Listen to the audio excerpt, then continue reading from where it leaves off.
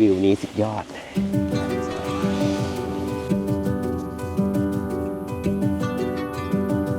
บอกใครว่าจะไปหมู่เกาะแฟโรมีแต่คนถามว่ามันอยู่ที่ไหนประเทศอะไรตอบได้สั้นมากเลยครับมันเป็นเขตปกครองตนเองของเดนมาร์กแต่ที่ต้องตอบกันยาวๆคือความพิเศษของดินแดนแห่งนี้ภูมิประเทศที่แปลกตาภูเขามากกว่าพื้นราบสวยจอร์จวิวนี่น้ำตกสวยๆนับไม่ถ้วนมีแกะมากกว่าคนมีวัวขนสวยที่สุดในโลกฟาร์มแซลมอนอยู่ทั่วประเทศสถานที่เที่ยวยังดิบๆไร้ผู้คนแต่วิวสุดอลังการไม่อยากกลับเลยถ้ามีโอกาสปักหมุดที่นี่คุณจะหลงรักหมู่เกาะแฟโร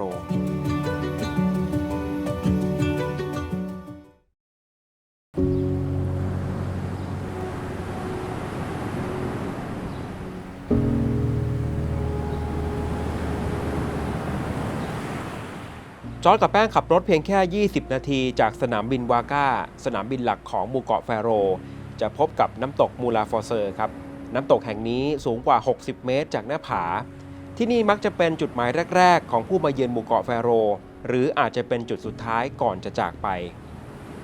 แป้งกับจอร์จเลือกแวะที่นี่เป็นจุดแรกค่ะเพราะเราอยากจะเริ่มจากสถานที่ที่เป็นไอคอนิกที่สุดเมื่อตอนเราเสิร์ชหาข้อมูลหมู่เกาะแฟโรเมื่อก่อนน้ำตกมูลาฟอร์ซ่ามันยังไม่ดังนะแต่ว่าพอเขาทำอุโมงค์ลอดมาคนก็เลยเข้าถึงง่ายก่อนหน้านี้หมู่บ้านที่มีบ้านอยู่ไม่กี่หลังชื่อว่ากาซาดาเลอด้านหลังของน้ำตก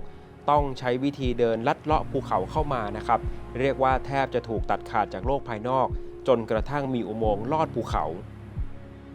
และก็ต้องขอบคุณคนที่สร้างอุโมงค์ขึ้นมานะคะที่ทำให้แป้งกับจอร์จได้นั่งชมวิวตรงนี้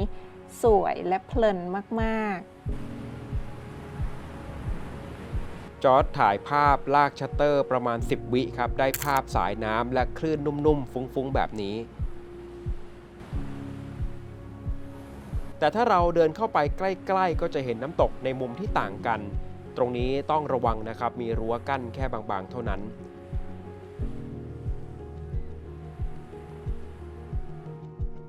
เดินต่อไปทางหมู่บ้านดูต้นทางของน้ำที่ไหลจากหน้าผาที่จริงมันก็เป็นลำธารเล็กๆแต่พอมันตกจากผาสูงเจอกับคลื่นลมทะเลที่รุนแรงก็เลยทำให้น้ำตกแห่งนี้ดูน่าเกรงขามอยู่เหมือนกันนี่แค่ที่แรกเท่านั้นแป้งกับจอร์จก็ประทับใจในหมู่เกาะแฟโรซะแล้ว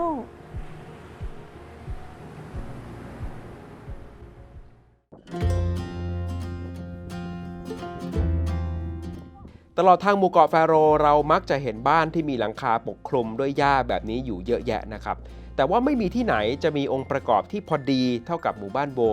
หมู่บ้านเก่าแก่ริมชายฝั่งอย่างบ้าน4 หลังนี้เนี่ยที่เปิดเป็นที่พักมองเห็นวิวดังกาเนีย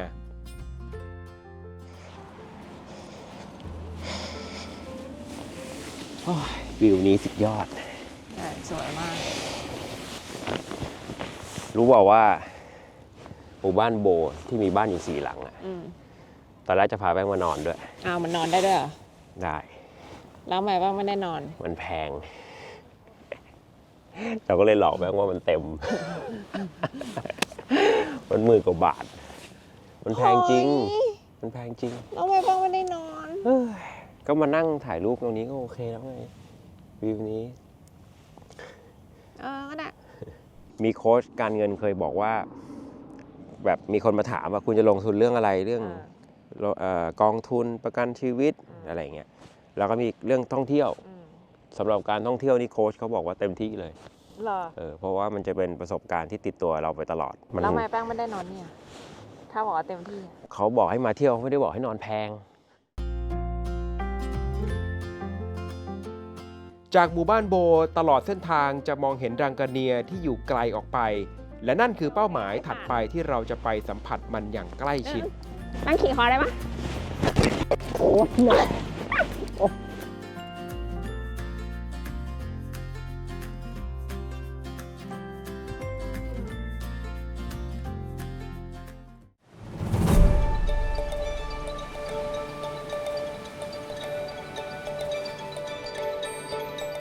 บางคนอาจจะเคยเห็นภาพนี้ผ่านตามาบ้างนะครับมันเป็นอีกหนึ่งสถานที่สัญลักษณ์ของหมู่เกาะแฟโร การเข้าถึงที่นี่ต้องเดินเท้าเข้าไปหลายชั่วโมง และต้องให้ไกด์ท้องถิ่นนำทาง แน่นอนซื้อความสบายแบบแป้งกับจอร์ดเราซื้อ Boat Tour and Hiking to Drangania Sea Arch ประหยัดเวลาแค่ 15 นาทีก็มาถึง แถมทัวร์ให้เวลาถ่ายรูปอยู่ที่นี่ 2 ชั่วโมงเต็มเลยทีเดียว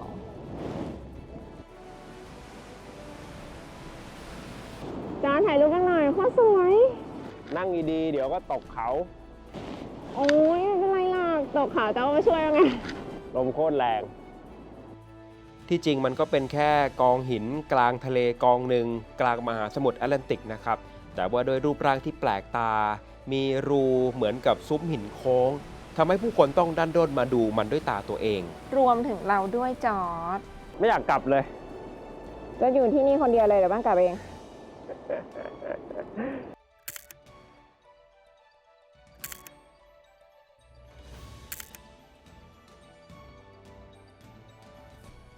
สิ่งหนึ่งที่จะพบเห็นได้ตลอด2ข้างทางของหมู่เกาะแฟโรก็คือฟาร์มปลาแซลมอนที่เลี้ยงในทะเล นี่เป็นอุตสาหกรรมหลักของประเทศนะครับ คิดเป็น 90% ของสินค้าส่งออกทั้งหมดของหมู่เกาะแฟโร การเลี้ยงปลาแบบนี้เนี่ยทำให้สภาพแวดล้อมใกล้เคียงกับธรรมชาติ มองเข้าไปใกล้ๆจะเห็นแซลมอนมันกระโดดไปมาตลอดเวลา และความคึกคักของแซลมอนที่นี่ทำให้แซลมอนจากหมู่เกาะแฟโร แข็งแรงมีคุณภาพสูง แถมอร่อยอีกต่างหาก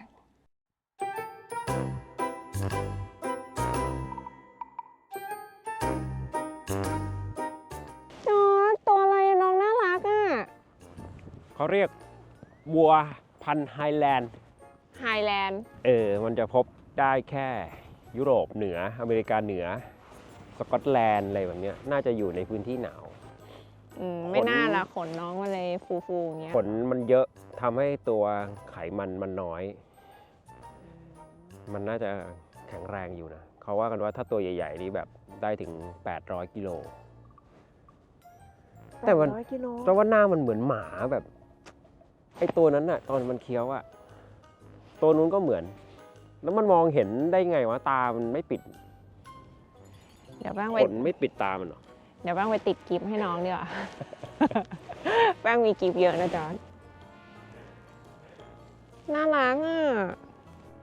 เสียดายนะเราไม่ได้ชิมเนื้อน้องบัวไฮแลนด์เลย เฮ้ยน้องน่ารักจะตายอย่าไปกินเลย การมาเที่ยวหมู่เกาะแฟโรแนะนำให้ทำอาหารกินเองนะครับ ฉะนั้นก็ต้องแวะซื้อวัตถุดิบกันก่อน ซูเปอร์มาร์เก็ตที่นี่อาจจะมีของไม่มากเท่ากับประเทศอื่นในยุโรปจอร์จกับแป้งเตรียมอาหารบางส่วนมาจากไทย สำหรับที่พักบนเกาะวาก้าเนี่ยเราแนะนำที่มุดเกสต์เฮาส์จาก Airbnb นะครับ บ้านน่ารักราคาไม่แพง มี 2 ชั้นนอนได้ 4 คน เห็นวิวภูเขาจากในบ้าน มีสิ่งอำนวยความสะดวกครบครันโดยเฉพาะห้องครัว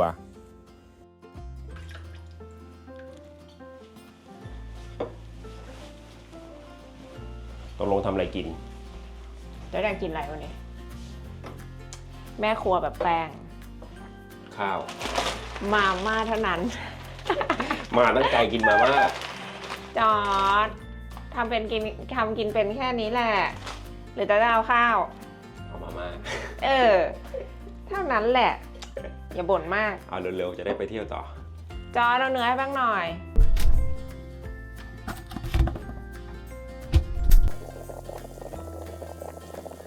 เสร็จแล้วเหรอ แล้ว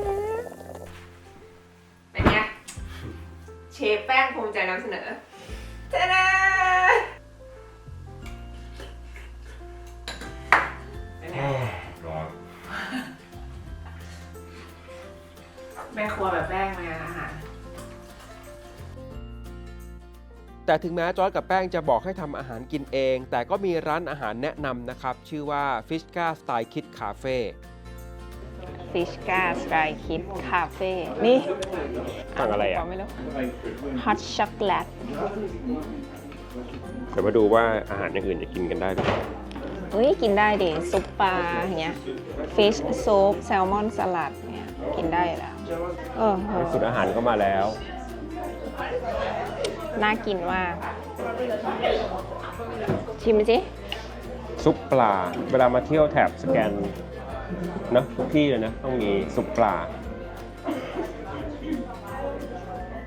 ทำหน้าดีด้วย อร่อยปะ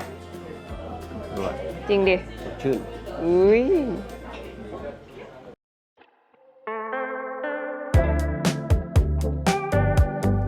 เล่ามาจนจะจบ EP นี้แล้วยังไม่ได้บอกว่าหมู่เกาะแฟโรเนี่ยต้องขอวีซ่าผ่านเดนมาร์กระบุให้ชัดว่าจะมาหมู่เกาะแฟโรนะครับจอร์จกับแป้งบินมาลงที่โคเปนเฮเกนแล้วต่อเครื่องมาที่นี่ชาวหมู่เกาะแฟโรเนี่ยมีประมาณ 50,000 คนเท่านั้นโดยรวมนักท่องเที่ยวยังน้อยการขับรถเที่ยวสะดวกที่สุดที่นี่ยังมีที่ท่องเที่ยวอีกเยอะครับบางจุดต้องออกแรงเดินกันหน่อย EP หน้าจะพาไปเดินเทรลสั้นๆ3เส้นทางเพื่อพบกับทะเลสาบที่ลอยอยู่เหนือมหาสมุทร พาไปดูหลุมศพเจมส์บอนด์กับประภาคารชื่อดัง และหมู่บ้านสุดอันซีนที่ซ่อนตัวอยู่กลางหุบเขา รับรองว่าซัมเมอร์หน้าอาจจะทำให้หลายคนเปลี่ยนแผนแวะมาเยือนที่นี่แน่นอน เจอกัน EP หน้าค่ะ ให้เสียงภาษาไทยโดยวราวิชชิมมณี และแป้งเอง วู้ฮู้